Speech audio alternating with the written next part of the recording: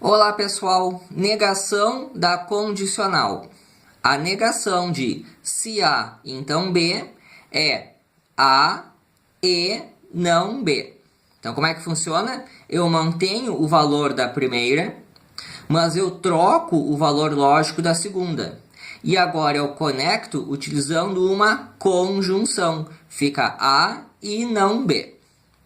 E lembrando que a condicional só é falsa em uma situação, quando a primeira é verdade e a segunda é falsa. Caso contrário, a condicional é verdadeira.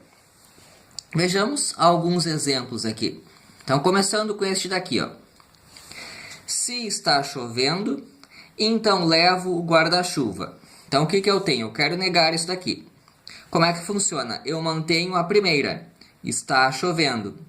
Mas a segunda eu troco o valor lógico. Levo o guarda-chuva. Então eu fico com não levo o guarda-chuva.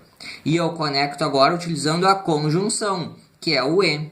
Está chovendo e não levo o guarda-chuva. Um outro exemplo. Assim, ó. Se Ana não é prima de Beatriz, então Karina é prima de Denise. Então, como é que eu vou negar isso? A primeira, Ana não é prima de Beatriz. Eu mantenho, Ana não é prima de Beatriz. Mas a segunda, Karina é prima de Denise. Essa aqui eu tenho que negar. Karina não é prima de Denise. E eu conecto as duas proposições utilizando a conjunção, que é o e aqui, ó. Ana não é prima de Beatriz e Karina não é prima de Denise. Bom, como é que se demonstra que a negação de se A, então B, é A e não B? Eu vou montar as duas tabelas verdade. Eu vou montar a tabela de não se A, então B. Também vou montar a tabela de A e não B. E vou mostrar que aqui ficará exatamente igual a aqui. De maneira que eu tenho proposições que são equivalentes. Então, como é que funciona aqui? Como é que é a tabela do se A, então B? É aquela tabela que só é falsa em uma situação. Você vai procurar verdadeiro e falso.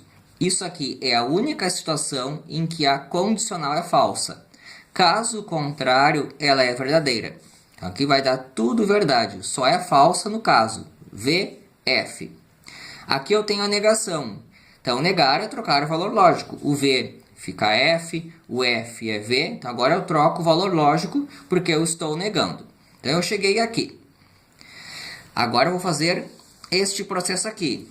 O do A e não B. Então, eu preciso primeiro do não B. Então, eu venho aqui no B e troco o valor lógico. Agora aqui é F, agora aqui é V, agora aqui é F, agora aqui é V.